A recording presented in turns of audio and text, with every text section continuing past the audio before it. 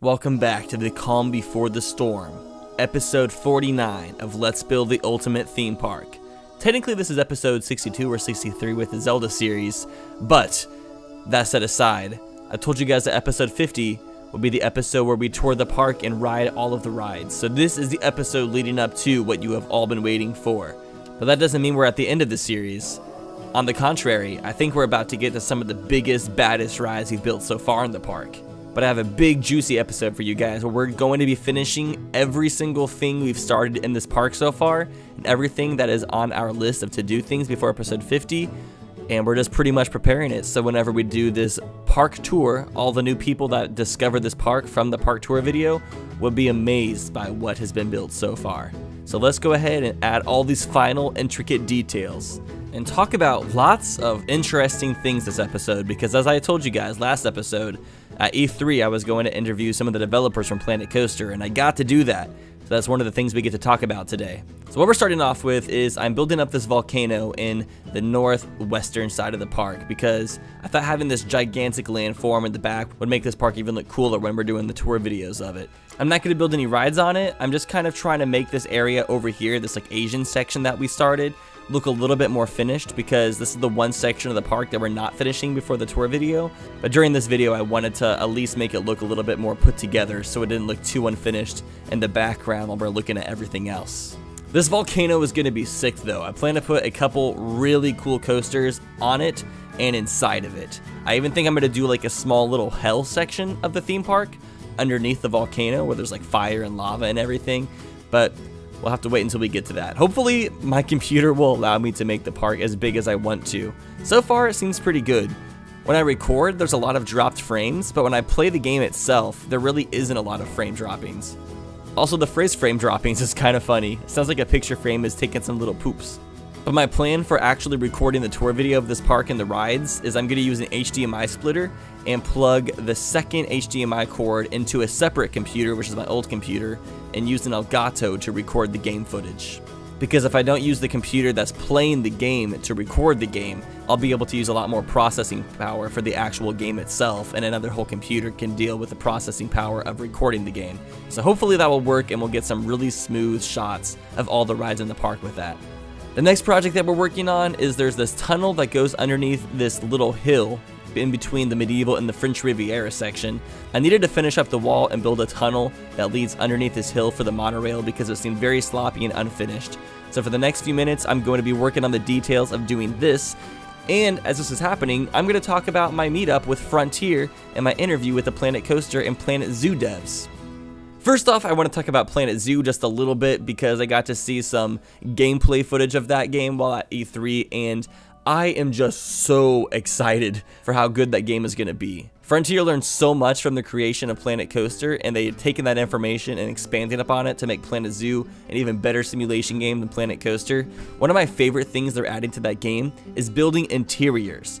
For example, in Planet Coaster you have staff buildings, but when the staff just walk inside, they disappear and you don't see what they're doing. In Planet Zoo, the staff buildings, you can actually see inside of them, go inside, and watch the staff like hang out and just do whatever they do inside the staff buildings, whether that be like prepare food for the animals or just relax. You can see them as they're working, and having built-in interiors for a simulation game is something that I don't think I've ever seen before. You always place buildings in simulation games, but you never actually get to see what's going on inside of them, and the fact that they're allowing you to see that in Planet Zoo is going to add so much more immersion and realism, and I'm just so excited. Also, the game engine and lighting engine for Planet Zoo just looks so much better, especially the lighting. The lighting for Planet Coaster was already one of my favorite elements, but now Planet Coaster just looks like crap in comparison to Planet Zoo. I'm saying the titles of these games, should I like abbreviate them? PC and PZ, or Planco and Plan Zoo? I don't know. I feel like regardless of what I say, it's gonna sound repetitive. But anyways, lots of people have been asking me if I'm gonna do like an Ultimate Zoo series whenever that game comes out. And so far, I think the answer to that question is yes. I really want to get this theme park finished before the game comes out, which the game comes out in November, so I think if I really work hard, I can definitely finish this park up by around that time. I mean, I probably won't do the series for Planet Zoo until I play that game for a couple months, but best believe that I'm going to be building that Ultimate Zoo because I'm such a big fan of Frontier games and this planet universe world, whatever you want to call it. Anyways, we can talk about Planet Zoo a bit later. For now, I want to talk about the interview that I had with some of the developers for Planet Coaster. So we got to talk to 4 people from the development team of Planet Coaster. I got to talk to one of the lead game designers. I talked to the lead artist, the community manager for Planet Coaster, and one of the managers for the testing team for the game. And I got to get some of their opinions and learn some more information about the development that goes behind this game. So I started off with a more fun, opinionated question, where I asked them if you had no limitations in the world with what company you could collaborate and work with to have their IP imported into the game so you could have scenery pieces from said intellectual property, what would it be? And 2 of them said that they would choose Harry Potter, and the other 2 chose Lord of the Rings. And honestly, I think Harry Potter would be great. So there was a person in the Steam Workshop who recreated Hogwarts, and if you have the game, you should definitely download it and check it out, or just look it up on YouTube. It is phenomenal, and if they had Harry Potter-y scenery pieces, I can't even believe what they would have been able to accomplish. But it was kind of interesting answers, and it kind of made sense because they're from the UK, so the whole Harry Potter thing definitely makes sense. I'm sure Harry Potter's even bigger in the UK because that's where it originated from. Can't say that those would be my answers because even though I think Harry Potter's good and all, I don't really know much about Harry Potter, so I don't have much of the love for that franchise. But if they were to add Harry Potter scenery, I would not complain because I'm sure they would still give us a lot of good pieces that I can use for other things as well. The next question is, apart from Planet Coaster and Planet Zoo, what are some other simulation type games they'd like to bring to the Planet universe? And the 2 answers I got from them were a mall simulator where you build your own mall, and a university simulator where you manage and create your own university or college, which I think a university simulator would have so much depth to it because there's so many things you can manage, anywhere from tuition prices, the classes, the extracurriculars, sports, teacher salaries, dorm rooms, classrooms, cafeterias. There's so much that you could get into and meticulously detail, so I think that would be really cool. Unfortunately, there was no talks about water parks, but maybe they just weren't talking about it because they didn't want to hint or lead beyond to thinking that there was a water park game coming. Gotta keep in mind that these guys have to keep some pretty tight lips about some of the information they know. Even though I try to wring some of it out of them, they were still pretty hush-hush about some of the things that they were allowed to talk about. So I finished up the monorail tunnel. I'm happy I got that done because it's something I've been putting off for a very, very long time, so I finally bit the bullet and I did it. The next thing I changed is I took away the Gravitron type ride that was here and I replaced it with this new ride that was a part of the Magnificent Rides DLC. Mainly because the ride that was here, I want to move that into a new area that I'm going to be putting underneath the volcano that I mentioned earlier. I think the style of that ride would fit that theming way better, and I just wanted to build a ride in this section that had a little bit more height to it as well, so it stood out and brought a bit more altitude to this section of the park, this small little section. I also think having this ride with a bit more height kind of balances the really tall swinging chairs that we have on the other side of the park. So just adding a little bit more symmetry. The next question I asked was, what's just changed with the game engine in between Planet Coaster and Planet Zoo? And they said the main things that have changed are 1, the lighting engine has been greatly improved, especially when it comes to the shaders. The shaders are looking much better. But also a lot more AI has been added, artificial intelligence, because all the animals in Planet Zoo have very realistic behavior and are very adaptable to the environments around them. One of the coolest things I have to talk about is for the monkey exhibits in Planet Zoo, you can build these jungle gyms and include buildings, trees, or whatever, and the monkeys will interact with it all very organically and naturally, no matter how you place it. Normally, for AI to interact with an environment like that, it has to be kind of predetermined, but the fact that they have realistic behavior no matter what their environment is, I think that's super cool. And the other big change between the 2 games is they added volumetric water, which means that the water actually has density to it, because in Planet Coaster, the water is just kind of at the surface. If you take the camera underwater, it looks like it's just empty space and you can see the surface level above you. Well, Planet Zoo, the water actually has depth. It fills up the whole entire space. So when you put your camera into the water, it goes all the way down to the bottom of the ground. And the reason they did that is so the aquatic animals like hippos and alligators, they wanted them to actually realistically be able to interact and swim in the water that is placed in their exhibits. Some of these game engine changes were added to be able to better suit the animals in Planet Zoo, but the fact that they have done the research and been able to add that to their game engine means that we're going to have more realistic experiences with another theme park simulation game in the future if they happen to do that. So all game engine changes are definitely good because it means they're just working and growing as game developers and will be able to bring us even better experiences in the future. My next question was, what game inspired you initially to get into making Planet Coaster? And the answer actually really surprised me because the lead game designer told me that the inspiration for him was the game Theme Park, which was a really old theme park creating game made on DOS way back, and I had never even heard of it before, but I looked it up and the game looks very interesting. Doesn't look too much fun, but back then those types of simulation games were still state of the art and were impressing people. I was expecting him to say the original Roller Coaster Tycoon or maybe Thrillville or some spin-off roller coaster creation game, but no, he chose one of the OG theme park creation games called Theme Park, which I might actually have to try out at some point if I have the opportunity. The game looks pretty bad, but at the same time, it's always good to see like the history of where games came from, because they all started somewhere.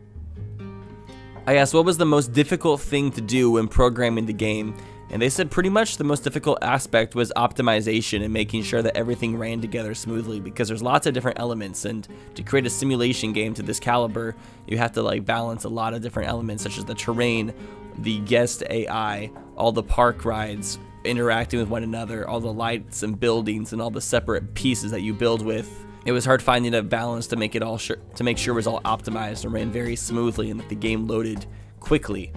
And I would say they've done a pretty good job. In fact, whenever they released the ThemeMaker's Toolkit earlier in 2019, I noticed there was really bad optimization issues. It actually took me about 20 minutes to open up the game and open up this theme park that I'm working on right now. But after doing some optimization changes, it only takes around like 5 to 10 minutes now. They cut it down by so much, and thank God, because it used to be a pain in the ass to like have to load up this park and add on to it, but now I'm able to do so pretty effortlessly, which is nice. Another question I asked them is if they ever plan on adding rides to the game that don't exist in real life, because right now most of the rides and attractions, if not all of them, are based off of real life rides that you can find in other theme parks. And they told me that they don't plan to add that because they think that people would more rather recreate things that they've seen in real life and use rides that they've seen in real life and are familiar with. And I agree to a point personally, because I do realize that lots of people like familiarity and things that they recognize more than things that are made up. But in my opinion, having artistic freedom for the game developers to create and make and conjure up new rides that have never existed before could help us make theme parks that are theme parks of the future. Because for me personally, I don't want to recreate rides and theme parks that have already existed in real life, because those already exist. I would much rather think outside of the box and try to create things that nobody has ever seen before and try to create the most unrealistic theme park experience personally. I'm not entirely sure what made them think that, because as far as I'm concerned, a lot of the most popular creations in this game have been entirely new rides, and some of my favorite rides that have been added to the game are rides that I've never even seen before but didn't even recognize because they were part of European theme parks or theme parks that I've never been to. But I guess at the same time, my opinion's a sort of odd opinion, because I'm the type of person who really likes things that I don't recognize. I like things that make me uncomfortable and push me outside of my comfort zone and make me feel like crap because I didn't know about them in the first place. But I guess most humans in the world prefer things that have familiarity to them because they don't like to try to adapt to new surroundings. And I feel like it's an interesting conversation to have. I still would personally like to see brand new theme park rides that have never existed before in the game. But I can also respect the fact that they want to keep everything that you find in the game familiar to a certain extent. I did talk to them about quite a few other things, but the main thing I talked to them about was Planet Zoo, because that was the reason I was there talking to them in the first place, is because they're wanting to promote Planet Zoo. But I can definitely vouch and say that Planet Zoo is going to be a phenomenal game, and if you're thinking about getting it, you should totally buy that. And that's not me being biased. Like, from what I've seen from the game, I think it's going to be the best zoo building game ever created. And then, like I said, we just had a conversation. I can't remember every single thing that we talked about in the conversation because I didn't record it. I just wrote down a few notes. But it was really just an honor to be able to even have the opportunity to talk to the people who created one of my favorite games of all time. Hopefully in the future I'll have the opportunity to talk to even more developers, but for now I'm very content with the opportunities that were given to me. So thank you, Frontier, for being such a great game developer and having such a tight-knit relationship with your community and being very aware of what's been happening in the community and helping build that up. I definitely think Frontier is on the forefront of just community interaction, and I'm just happy to be a part of such a new, amazing, and quickly growing community. Anyways, we're now just kind of decorating the inside of the shop. I'm trying to make it look as nice and realistic as possible. I fill up the wall with a bunch of signs because I think maybe that's just something I see in Missouri, but in Missouri, a lot of wall decorations will be just a bunch of random signs and just various things just put all over the wall. And I didn't really know what to do for the decorations of that room, so I felt like I would just take some inspiration from good old Missouri and put a big mirage of signs. But this gift shop leads into the entrance of our Asian themed section, so the next little area you walk through is going to be just a chill area to set the vibe before you go into this beautiful oriental landscape. It's pretty insane how long it takes to build buildings in this game though. It's from the outside to the interior to the lighting. So many different things you have to think about. Speaking of lighting, that's one of the things that we're going to do towards the end of this episode is there's a couple sections of the park that I didn't add much lights to, and I have to go back and relight everything up so there's not areas of our park that are in complete darkness during the tour when I show it off during the nighttime. But thank God to the Theme Maker's Toolkit for coming out and allowing me to decorate the interior of these buildings, because before the Theme Maker's Toolkit, we didn't have any of the shelves, the clothing racks, the lockers, didn't have any of the arcade machines, tables, and a lot of the stuff that I'm putting on the insides of these gift shops. I still kind of wish I didn't have to put my own items on these shelves. I wish there were scenery pieces that were just shelves stocked with things that you would find at a theme park gift shop. It'd be so much easier to decorate the interiors of these buildings. Another question I asked the development team is if they ever plan to, in future games, adding a spline wall creation process, similar to The Sims, how you would draw a line and then it would just build a wall. And they said that it had no intentions of doing that because the piece-by-piece building system that they have in Planet Coaster has become pretty much a foundation for theme park building games, and they don't have any intentions of changing that because it's just what's most familiar. But at the same time, we do go back to that argument of saying that just because something is familiar and become a standard somewhere doesn't mean it's the best way to do things. And even though I do like the piece-by-piece building system put into Planet Coaster, I obviously do, or else I wouldn't have built a whole entire theme park like this, I still think it'd be good to have options or different options of building for people who might not like that piece-by-piece building section. Like, I'm sure there's a lot of people who have played a lot of Sims in their lifetime and would be much happier with a spline-based wall system because you can much more easily build the way you would like them to. Especially when it comes to putting roofs together. Building roofs in Planet Coaster can be a hassle sometimes. And having something built into the game engine like they have in The Sims where you can just click a button and have a building automatically capped with a variety of different types of roof shapes, that might make building things so much more simplistic in the future. But also, before I forget, I want to talk a little bit more about what I got to do with Frontier when I got to visit them at E3. So the first thing I got to do was I got to have dinner with the developers. That's where I did my whole interview. They had free food and free drinks. They gave me like a $90 gift card to buy as many like alcoholic drinks at the restaurant we were at. But unfortunately, at the time I got that, I just was not in the mood to drink alcohol. So I didn't spend any of my $90 on alcohol. I just had some water. I was being boring. It's kind of weird. The one time where I have like all the alcohol I could want is the one time I just feel like I don't want to drink. But it was still cool that they provided that for me in the first place. I was still very honored. I also just didn't want to drink because I didn't want to be drunk at all while interviewing the developers. I wanted to be very coherent with my talking and such. And then after that dinner, the next day I got to go to their little room at E3. They didn't have a booth this year at E3 because they didn't have enough announced for the game. They had a booth last year for Jurassic World Evolution, which, side note, I really need to play Jurassic World Evolution. I've heard a million good things about that game, and it's made with the same game engine, which is Cobra, that they built Planet Coaster on. So it'd be cool to see like what ways they use their game engine for that game, because seeing that type of stuff would help spark ideas for things they could do for Planet Coaster in the future. So this summer I'll probably dive into that game a little bit just to get some opinions built upon it. But going back to what I was saying, they didn't have a booth this year. They just rented out a room and allowed developers and whoever they invited to come to their room and check out the demo of Planet Zoo. Like I said, it was amazing. I got to talk to one of the community managers for about an hour about Planet Zoo, just about Planet Zoo. Learned a whole lot about that game, and it just set me on fire. I'm just so excited, like in a good way, got me very excited for the game, and I cannot wait for Planet Zoo to come out. It's gonna be great. And I also decided to take a moment and add a bunch of trees to the Oriental section. These are kind of more of a placeholder because we're going to place a lot more buildings and stuff. But as I said, since the next episode is going to be like the tour portion of the park, I wanted that section to look a little bit more finished, and having a lot of trees really just kind of makes it look like it's more finished than it really is. And I'm definitely going to go back and replace all the trees and everything, but just for the time being, I wanted to have trees there as a landmark. I love every single time I zoom out and look at the whole entire park and just see how big it's gotten, because it started off so small and it's just taken so long to get here, so it's really cool to see the progress. I can't wait till the whole entire thing is done, and then I can draw a park map, or I'll probably hire an actual artist to draw, you know those like cartoony maps that they have for every theme park? I think it'd be really cool that once we finish this whole entire park, we can draw one of those, and even make some like fake advertisements and things to really bring it to life and make it seem like it's a real thing.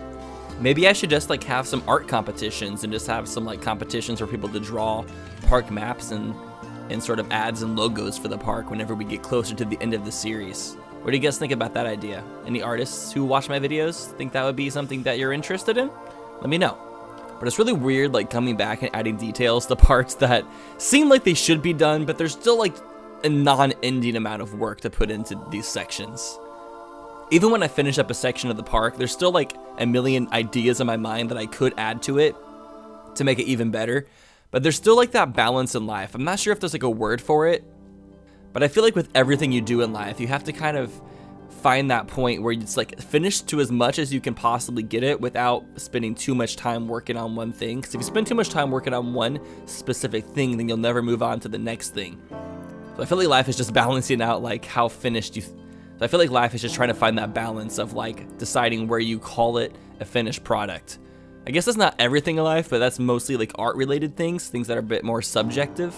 I think the biggest thing that's probably in is video games, because you can always just continue adding more and more things to video games, but in the long term, you still have to finish your product and make money off of it in the long run. So whenever you're developing a game, you have to decide like, where do we call this the finished game? Where are we gonna say, all right, no more things, no more features we're adding, no more areas, this is it. And I feel like I go through that process while building the theme park a lot, although I'm pretty liberal with how much time I allow myself to allocate working on certain builds. But now the next big task I took on, which I'm now making this go up to 2000% speed just to get through it as quickly as possible, is putting all the lights on all these buildings. I don't know why I never added the lights to the French Riviera section, because it looks so dark. I don't know why I never just came through and added the lights, but now we're getting that done and we're making it bright and shiny. And I'm happy I'm doing so, because even adding lights, even during the daytime, adding lights is better detail because it adds just those little intricate pieces that make it look even more realistic. And I never even lit up the hotel itself, which is kind of funny because that was a huge structure I built and I didn't even decide to light it. Like, what's wrong with me, man? But honestly, it's a real bittersweet moment getting this close to finally putting out a tour video of the park and doing the ride videos of everything. I really hope everything goes really smoothly with the recording process of it. I hope the method I have figured out of using a second computer and an HDMI splitter works the way I want it to, and I hope I can give you guys the most high quality ride videos of this park so far. And I can't wait to move on to the second phase of building in this park, because I feel like I've just been finishing up a lot of things recently for like the past like 15 to 20-ish episodes, like just finishing everything that I had started practically, although we have started quite a few new things like the new park entrance and the IMAX theater, the parking lot, the Asian section, and all that stuff. Some of the ideas I have for these next episodes of the park are about to blow you guys away. Like the episode 51, I'm going to be going real hard, and I can't wait for you guys to experience what I'm planning to build. I'm planning to get a little bit more creative with the builds and to start taking a bit even more creative freedom with what I'm going to start creating. There's the Pokemon Snap ride, there's the New York City section, and just some of the things I plan to do there are all going to be really exciting, and I'm just so happy to finally start working on new ideas that I have for the park. And the last things that we're going to do for this episode is I'm changing the end of the log flume a little bit, because right now you go down like a long hill before going into the station, and you went into the station way too fast and it felt pretty dangerous. So I'm making a small little side cave that allows you to slow down a little bit before you go back into the entrance for safety reasons. And then we're going to finish up the entrance for the wooden coaster just by adding a few more small little details that for some reason I didn't add the first time I was building it. And finishing all these things, if you pull up our list again, will put us up to a section where we have completely finished our to-do lists. The last thing to do is to finish up the Zelda coaster, but pretty much what I plan to do is I plan to upload episode 50 first to show off everything we've built so far, and then I'll do the next episode of Zelda coaster, and then I'll make a video showing us riding the Zelda coaster, and then we'll start on episode 51 where we start building even more things to the park. With that, the log flume is also completely finished now. Another ride just completely wiped off the grid. We are done with it, finally, and now we're just going to finish doing some final details onto this wooden coaster station just to kind of make the building look a little bit nicer. I think whenever I was building it the first time, sometimes I'll work on something for a couple hours and then just get really tired of it and have to take a break from it and come back and do like the final finishing details with a fresh, clear mind. But as we wrap up the finishing details for this coaster, I want to go ahead and say thank you so much for watching this episode. Thanks for sticking around so long and watching however many episodes you have watched to get to this point. I know lots of you guys have binged your way through this whole entire series, and that is very commendable. Thank you for sticking around so long, and I hope we can just continue to add on to this park and watch it grow even further. But for now, I think it's about time to start riding the rides. So I will see you all in the next episode where we're going to be doing that. Take care.